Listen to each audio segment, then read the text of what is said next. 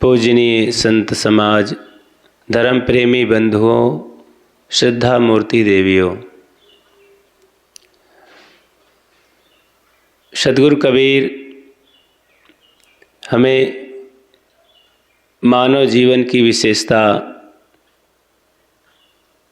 दुर्लभता पर बात करते हैं जब, तो डांटते भी हैं और बड़े प्यार से उसे संभाल लेने के लिए, सफल बनाने के लिए आदेश भी देते हैं।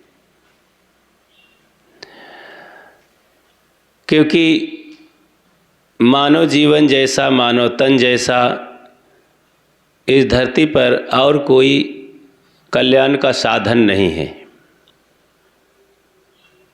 कि है? नहीं है।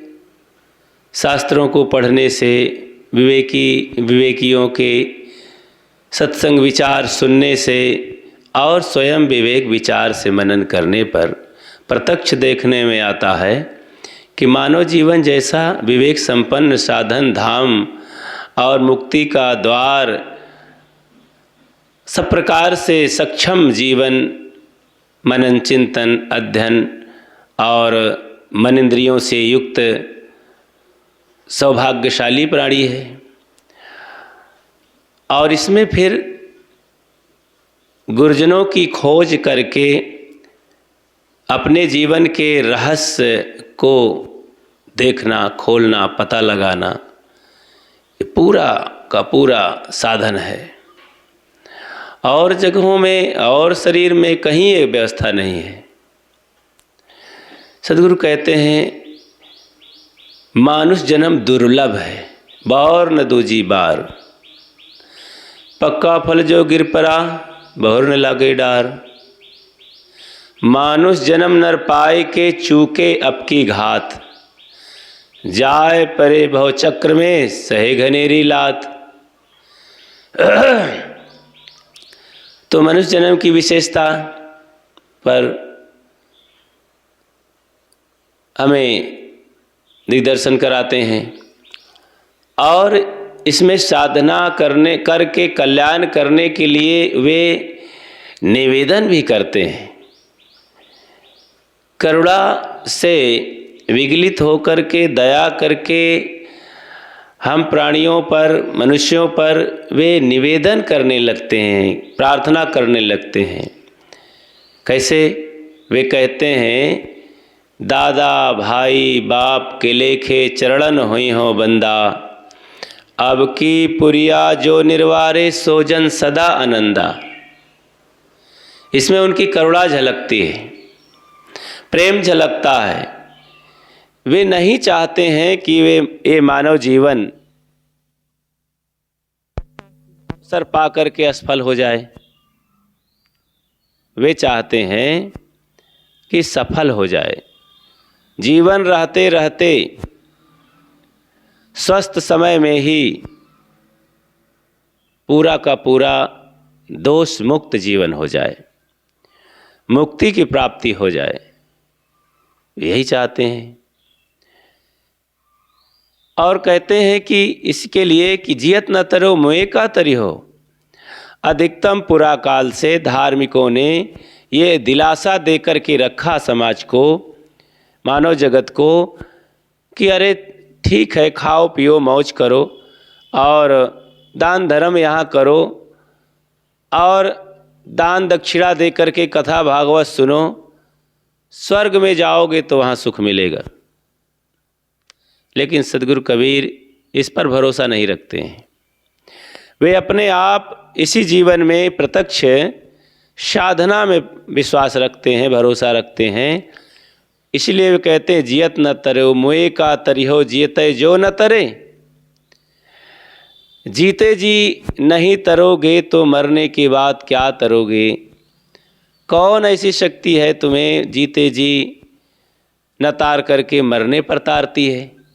ये गलत बात है।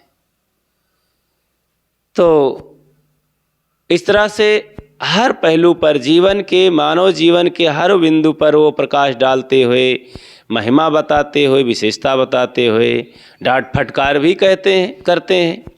जब देखते हैं कि ऐसा सौभाग्यशाली अवसर जीवन पा करके लोग ध्यान नहीं देते हैं तो डांटते भी हैं। वे कहते भूला बे हमक नादाना, जिन हरदम राम ही ना जाना। अय अहमक नादान मूर्ख, तू भूल गया है इस माया मोह की बाजार में, विषयों में भूल गया है, वासनाओं में इससे ग्रसित है, बड़ा अहमक है, मूर्ख है। जाग और अभी जाग, नहीं तो बहुत बड़ा अपराध हो जाएगा। मानुष जन्म चूक्यो अपराधी, यह तनकेर बहुत है साझी। मनुष्य जन्म का पाना दुर्लभ की बात है, बहुत बड़ा सौभाग्य की बात है, लेकिन इसमें चूक जाना बहुत बड़ा अपराध भी है। काम ना करना, इधर उधर मोटर गश्ती करना, यहाँ मिलना जुलना, खाना पीना, देखना घूमना और इन्हीं पंच विषयों में डूबे रहना, उसी में रस लेते रहना। अरे ये रस सब नीरस है, कोई रस है क्या? और इन्हीं से रिश्ते जोड़ करके रिश्ते रहे, बहते रहे संसार में, तो ये ठीक नहीं है। मानव जीवन पा करके इसकी विशेषता को समझें और खोज चालू करें। सबसे पहले हमें रहनी संपन्न विवेकवान गुरुजनों की शरण में जा करके विनयावनत होकर सर झुका करके और उनके चरणों का दास बन करके उनकी आज्ञा स्वीकार करके उनके ज्ञान विचार को सिरोधार्य करके जीवन जीने का प्रयास करें। गुरु से रिश्ता जोड़े। अभी तक हम क्या कर रहे थे? संसार से रिश्ता जोड़े। जन्म लिया, माता पिता से रिश्ता जुड़ गया, और फिर बड़े हुए, तमाम साथी बराती विद्या अध्ययन के चक्कर में अध्यापकों से रिश्ता जुड़ गया, खेल कूद के नाम से मित्रों से रिश्ता जुड़ गया, और बड़े हुए शादी ब्याह हुई, पति पत्नी का रिश्ता जुड़ गया, पति पत्नी के खेल कूद में बच्चों से रिश्ता जुड़ गया, और फिर बच्चों में से फिर बच्चे निकले, नाती पोते से रिश्ता जुड़ता चला गया, और उसी शादी ब्याह में साढ़ू सड़वाइन से रिश्ता जुड़ गया, समधी सास से रिश्ता जुड़ता चला गया। न जाने कितने रिश्ते यहाँ पर जुड़ गए। अनादि से इसी रिश्ते में हम रिश्ते रहे। रिश्ता मतलब जैसे कोई घड़ा हो और उसमें से छेद हो जाए और पानी टपकता रहे तो उसे रिसना कहते हैं। धीरे धीरे बहता रहे और पूरा पानी बह जाए तो यही तो बहना हुआ, रिसना हुआ। अरे भाई ये तो रिस रहा है, धीरे धीरे रिस रहा है, सब निकल जाएगा। तो रिश्ता एक अर्थ ये भी है, रिश्ता मतलब किसी से जुड़ना, लेकिन उससे कुछ रिश्ता रहता है, कुछ बहता रहता है, कुछ आता रहता है। तो संसार में तमाम लोगों से, तमाम तरह के नाते से हम रिश्ते जोड़े, प्रेम जोड़े, अपना मन जोड़े, और उसी के मोह माया में रिश्ते रहे, बहते रहे। हमारे मन की जो धारा है, कमजोरी है, वासना है, वो बहती रही। इससे जीव का क्या कल्याण हुआ? जीव उसी में बंधता रहा, वो कीचड़ बनता रहा। जैसे कहीं पानी टपकता रहे तो नीचे कीचड़े तो होगा, तो ऐसे ही मोह माया का ये कीचड़, वासनाओं का कीचड़ बना और उसी में जीव फंसा रहा। तो वहाँ कोई काम थोड़े हुआ। कल्याण का काम, शांति का काम, सद्गुण सदाचार की कमाई का काम, निर्मोहता का काम तो बिल्कुल नहीं हुआ। हुआ? नहीं हुआ। आनंद आया? नहीं आया। अरे वो आनंद जीव के लिए काल बन गया। जो झूठा लोग हंसी मजाक करते रहे, मिल मिल करके बिछुड़ते रहे, वही तो दुख का कारण बना। उसके लिए साहब कहते हैं अल्प सुख दुख आदि अवंता, मन भुलान मैं गैर मन मनता। ये संसारी रिश्ते में अल्प सुख निकला, बहुत थोड़ा। यहाँ के जितने भी सुख हैं, खाने पीने का सुख, देखने सुनने का सुख, लेने देने का सुख, मिलने बिछुड़ने का सुख, आने जाने का सुख, तमाम तरह के जो कार्य हैं पांचों विषयों में, ये सब अल्प है, थोड़े समय के लिए थोड़ा है, और दुख बहुत है इसमें। यही तो अनुभव होता रहा, देखते रहे, उसी में फंस फंस करके इतना दुख भोगे। जब शादी ब्याह हुई, जवानी आई, जवानी कितने दिन की रही? क्या लगा? अरे कुछ पता नहीं चला, जोश में रहे, खेलते कूदते हंसते बोलते, जवानिया का पता नहीं चला। अब बुढ़ापा आ गया। अब बुढ़ापा एक एक दिन, एक एक घंटे, एक एक पल हमें वर्षों वर्षों जैसा लगने लगा ना। उसी जीवन में जवानी बहुमूल्य थी, इठलाते इठलाते चलते थे, बड़ा ही योग्य समय था वो, लेकिन वो फटाफट इतना तेजी से भागा, हमारे मन के बेभानी में पता नहीं चला। लेकिन जवानी और वो, लेकिन बुढ़ापा सामने से लगता है कि अब जाएगा ही नहीं, न चाह करके भी हटने का नाम नहीं लेता है। तभी तो लोग कहते हैं महाराज, अब लगता है मौत का कागज ही दब गया है, मौत देवी भूल ही गई है हमको। महाराज कृपा करो जल्दी से मौत आवे, अब ये दुख काटे नहीं कटता है, बहुत दुख है। एक एक पल उनके लिए पहाड़ लगता है, वर्षों जैसा लगता है। तो लगा ना इसी जिंदगी में,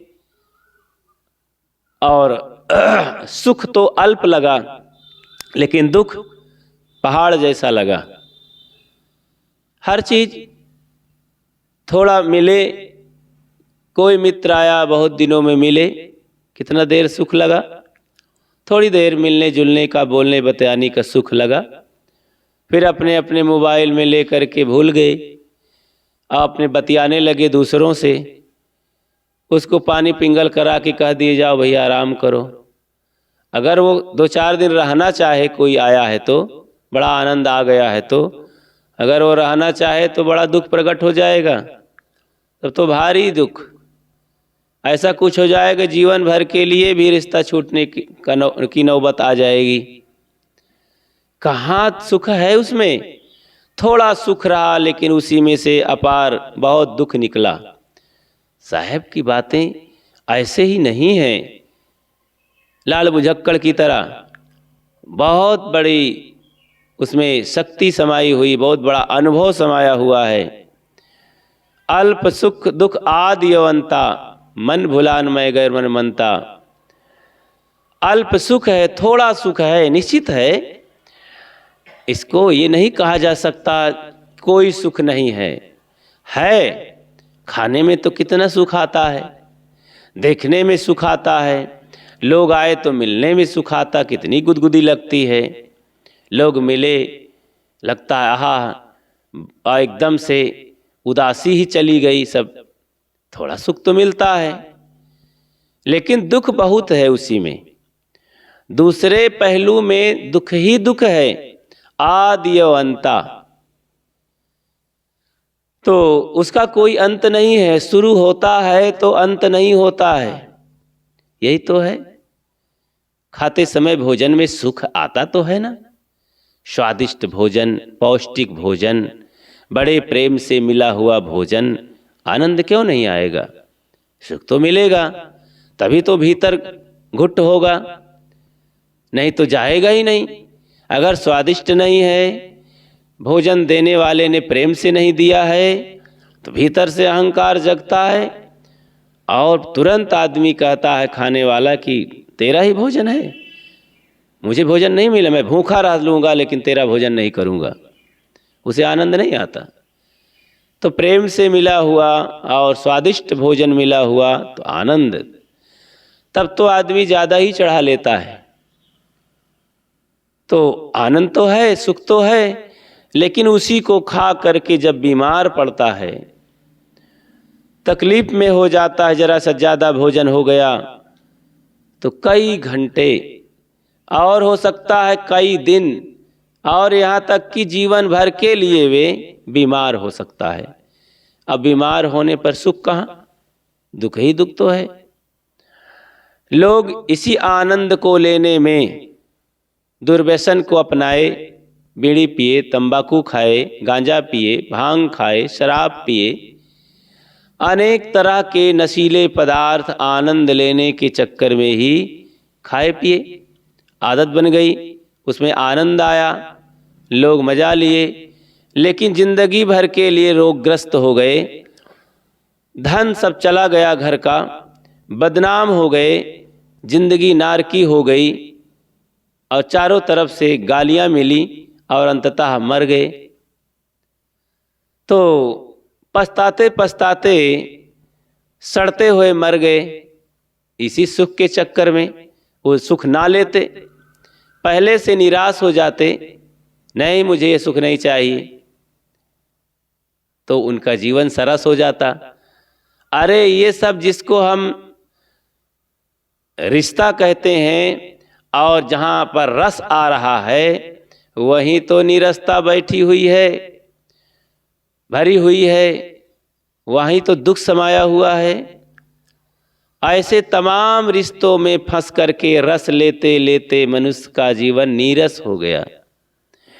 इसलिए ऐसी नीरसता से, ऐसे रस लेने से हमें बचना चाहिए। सद्गुरु की शरण चलें, भक्ति साधना करें, सादगी का जीवन जिएं। सादगी के जीवन का आरंभ करो तो रस नहीं लगता है। संतों से मिलो जुलो तो संत मृत्यु की बात करते हैं। ये शरीर मुर्दा है, शरीर हाड़ मांस का ढांचा है, मन इंद्रियों को साधो, यहाँ कुछ होने वाला नहीं है। गुरु संतों के मुख से यही बात सुनो। अरे भोजन पानी दवा है, क्या इसको बहुत ठोस कर खाना है। संसारी रिश्ता तो यही सब पढ़ा रहे हैं कि नहीं, खाओ खाओ, पियो पियो, घूमो घूमो, देखो देखो, आंखें फाड़ करके देखो, जीभ निकाल करके खाओ पियो। और देह को बार बार लोग घूम घूम करके देखते हैं, शरीर में कोई कमी तो नहीं आई, ये चिकना चुपड़ा हुआ कि नहीं, देखने में कोई भद्दापन तो नहीं है। दूसरे लोग यही कहते हैं, यार कैसे शरीर हो गया है, तकलीफ है क्या कोई, चिंता है क्या कोई। जैसे ऐसा शब्द निकला तो शरीर सूख जाता है। घूम घूम करके देखता है, किसी दो चार लोगों के मुख से ऐसा निकल पड़ा तो आदमी खाट पकड़ लेता है। इतना मन का कमजोर ये आदमी है। अरे कभी ना घबराओ। कोई आदमी कहता है कि यार तुम्हारा शरीर दुबला हो गया है, उसे डांट दो, कुछ नहीं, ये बेकार की बात कर रहे हो, मेरा शरीर मजबूत है, मैं अपना बढ़िया संयम से खाता पीता हूँ, काम करता हूँ, साधना करता हूँ, सेवा करता हूँ, व्यवहार करता हूँ, मेरे व्यवहार में, सेवा में, साधना में कोई कमी नहीं है। क्या करना है शरीर, दिखाना है क्या? अरे हाड़ चाम का ये शरीर है, कहें कबीर ये काया खोटी, अब कभी गरुई, कभी हल्की कबहू मोटी। तो ये तो उतार चढ़ाव लगा ही रहता है। कभी धूप कभी छां, तो इसमें क्या घबराना है। इसीलिए किसी के कहने से कभी मन में प्रभाव नहीं होना चाहिए, लेकिन ये बड़ा मनोविज्ञान है। 2-4 लोग कह दिए तो आदमी जानबूझ के बीमार हो जाता है, लेकिन साधना क्षेत्र में इसका बिल्कुल प्रभाव नहीं पड़ता है। हमें तो कभी इस पर विश्वास हुआ ही नहीं, पहले भी ये आस्था थी, लेकिन गुरुदेव से ये बातें जब सुने और साहस मिल गया। पहले से अपने मन में इन सब बातों में आस्था नहीं थी, बस ये हो जाए कल्याण का काम हो जाए। मृत्यु से मिलने पर बड़ी श्रद्धा थी, मृत्यु आ जाए तो क्या नुकसान। हाँ, मृत्यु आने के पहले अपना काम करना है, अपना काम पूरा करना है, जीवन को निर्दोष बनाना है, मुक्ति का काम करना है। ये हाड़ चाम की काया में रह करके क्या आनंद लेना है। ये साधन है, साधन से काम कर लिया जाए तो साधन की पूर्णता है, साधन को मिलने की सफलता है। इतना बढ़िया साधन मिल गया और उससे काम न किया जाए तो रखे रखे जंक लग जाएगा, बेकार हो जाएगा, घुन लग जाएगा, नष्ट हो जाएगा, तो लोग भी कहेंगे क्या, अपने मन में पश्चाताप होगा। बेकार, इतना बढ़िया, इतनी मेहनत से ये साधन प्राप्त हुआ, कितने जन्मों के पुण्य प्रताप से ये जीवन मिलता है। मानुष जन्म दुर्लभ है, बहुर न दूजी बार। सद्गुरु इसीलिए कहते हैं ये दोबारा मिलने वाला नहीं है। और सद्गुरु राम रहस्य साहब ने कहा है कि मानुष जन्म और सद्गुरु मिलन मोक्षो इच्छा होए, दुर्लभ तीनों परम है पाए सुयोग न खोए। ये किनकी वाणी है? स्वामी शंकराचार्य जी की है। तो कई तरह से संतों ने भी कहा है, और गीता, भागवत, रामायण सब में मानव जीवन की विशेषता अपने अपने ढंग से दोहा, चौपाई, श्लोक में बताई गई हैं बातें। और सभी को, मननशील प्राणियों को ये अनुभव हो रहा है कि आज मानव जीवन ना होता तो होता ही क्या, क्या कर पाते हम, कुछ भी तो नहीं कर पाते। तो यही तो विशेषता है। तो इसलिए हम रिश्ता जोड़े संत गुरुजनों से, हमारा असली, इसीलिए संत अनुभव करके कहते हैं, संतय माई संतय बाप संतय हरे शोक संताप। हमारा परिवार ये संत गुरुजन है, हमारे माता पिता ये हमारे गुरु संत हैं, और हमारा परिवार नहीं है, क्योंकि इस परिवार ने हमारा ही बेड़ा पार कर दिया और सदा के लिए रिश्ते ही खत्म हो गए। ये संत गुरु का रिश्ता ऐसा है जीवन में कि मानव जीवन को ही सफल बना देता है। तो इसलिए जीवन को सफल बनाने के लिए संत गुरुजनों का रिश्ता ही आनंद कंद करने वाला, जीवन को सफल बनाने वाला, और इस रिश्ते से सभी रिश्तों की समाप्ति और जीवन की सफलता। गुरुजनों से भी रिश्ता है, वो क्या रिश्ता है? शांति रिश्ती है। रिश्ना माने बहना, निकलना, रस बहना। तो हमें गुरुजनों से हर समय, जैसे हमने रिश्ते गुरुजनों से जोड़े, संतों से जोड़े, तो उधर से शांति आने लगी हमारी तरफ। धीरे धीरे उनके जीवन को हमने देखा और उनकी चाल चलन, रहनी गहनी को हम देखते रहे, उनमें हमारी आस्था बनी रही, और एक एक अनुशासन में चल करके उनके रहनी गहनी को देख करके हमारे जीवन में सब वो चीज़ें आ गई। जैसे कोई घड़ा ऊपर हो, धीरे धीरे टपकते टपकते रिश्ते रिश्ते नीचे का घड़ा भर जाए, वही हाल तो हुआ। संत गुरुजनों की संगति में रहते रहते, उनकी सेवा साहचर्य संगति करते करते, उनके अनुशासन घेरे में रह करके हमारे जीवन, हमारे हृदय का घड़ा कितना भर गया, हमें पता भी नहीं चला। हमारे घड़े में जो खालीपन था वो सब कुछ उसमें सारी सामग्री आ गई। तभी तो साधक कहता है कि जतन बताए जइयो कैसे दिन कटी हैं, यह पार गंगा ओह पार जमुना बिचवा मड़ैया छवाए जइयो कैसे दिन कटी हैं। अचला फार के कागद बनायो अपनी सुरतिया हिया रे लिखाए जइयो। हृदय में यादगिरी और बहियाँ पकड़ के रहिया बताए जइयो कैसे दिन कटी हैं। सद्गुरु के का दिया हुआ राह, बताया हुआ रास्ता ही तो कल्याणकारी होता है। और उन्हीं का नाम अपने हृदय में आ जाए तो क्या कहना, ये हृदय ही सफल है। और हमने तो अपने हृदय में न जाने कितने नाम वहाँ पर नाम रूप का ढेर लगा लिया। तो सबको खारिज करके जब हम गुरु संतों से रिश्ता बना करके रहते हैं, सारे रिश्तों को खारिज कर देते हैं। गुरुदेव समझाया करते थे कि हमने जितना परिचय प्राप्त किया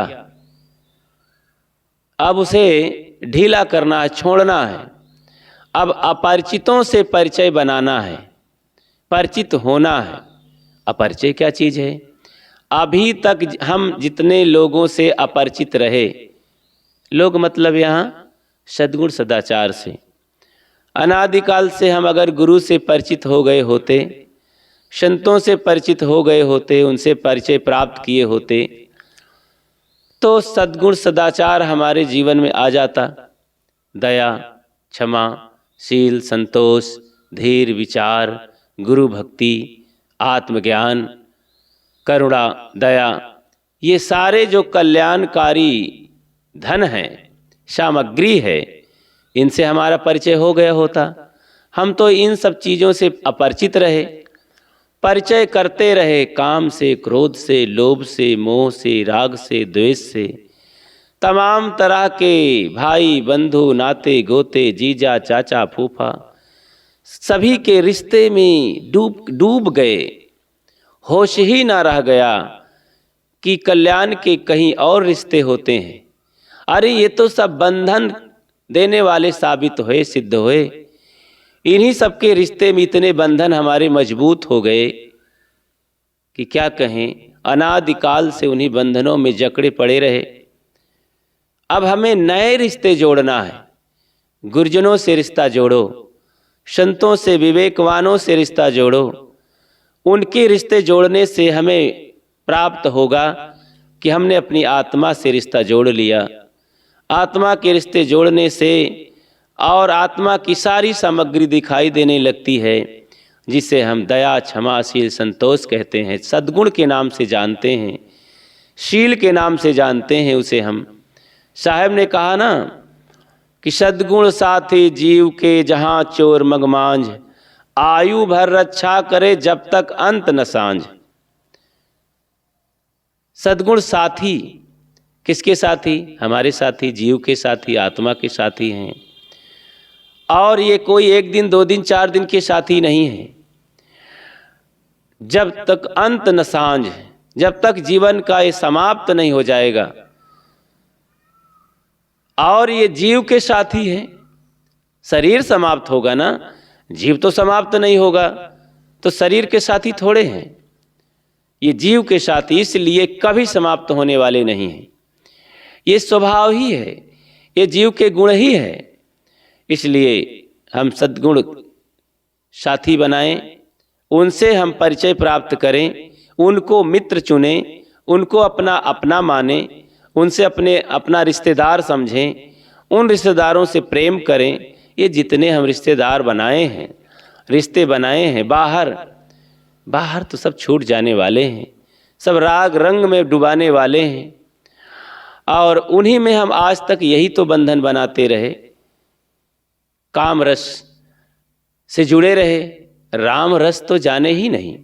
इसीलिए साहब कहते हैं, है कोई राम रस पीने वाला, कोई राम रसिक रस पियोगे, पियोगे युग जियोगे, फल अंकृत बीज नहीं बकला, सुख पंछी तहाँ रस खाई। इसी बीजक के एक पद में साहब ने वर्णन किया है राम रस को पीने से सदा के लिए जीवन सरस होता है और अपने आप में निमग्न होता है। काम रस से काम होने वाला नहीं है। जहाँ काम रस है वहाँ राम रस नहीं रहता है। जहाँ काम तहाँ राम नहीं, जहाँ राम नहीं काम, तुलसी दोनों होत नहीं, रवि रजनी एक ठाम। तो इसलिए हमें राम रस का पान करना है और ये सब काम होगा गुरुजनों के रिश्ते जोड़ने से, उनसे जुड़ने से। और जब उनसे जुड़ेंगे तो सद्गुणों का स्रोत वहाँ खुलेगा, आत्मज्ञान होगा। आत्मज्ञान के बिना तो हम भटकते रहे। आत्मज्ञान बिना नर भटके, कोई मथुरा कोई काशी, पानी में मीन पियासी, मोई सुन सुनी आवे हाँसी, साहब ने कहा। तो इसी आत्मज्ञान के बारे में सभी महापुरुषों ने कहा। आत्मा ही परमात्मा है। उत्तमा सहज अवस्था, मध्यमा ध्यान धारणा, अधम तीर्थ यात्रा, मूर्ति पूजा चा धमाधमा। उत्तम आत्म मध्यम साधु, कछु कनिष्ठ प्रतिमा और आधु। आत्म पूजा को उत्तम पूजा बताई गई है, आत्म भजन को उत्तम भजन बताया गया है। आत्मा ही सभी धर्म कर्म के केंद्र में बात आती है, केंद्र में है। आत्मा को नहीं जाना तो कुछ नहीं जाना। माना है कि दुनिया के सभी साथ जाना है, अपने को न जाना तो खाक जाना है। इसलिए अपने आप को जानने के लिए हमें गुरुजनों से रिश्ते जोड़ने हैं। तो ये मानव जीवन में संभव है। इसीलिए साहब दया करके, करुणा करके हमें समझाते हैं कि दुर्लभ मानव जीवन में साधना करें, भजन करें, गुरुजनों से रिश्ते जोड़ करके और निर्दोष जिंदगी बनाने का, मुक्त जीवन जीने का काम करें सदा के लिए। यही जीव की मांग है, यही उसका स्वरूप है। अपनी बात को यहीं विराम देता हूँ। आप सबको धन्यवाद देते हुए बोलिए सद्गुरु देव की जय।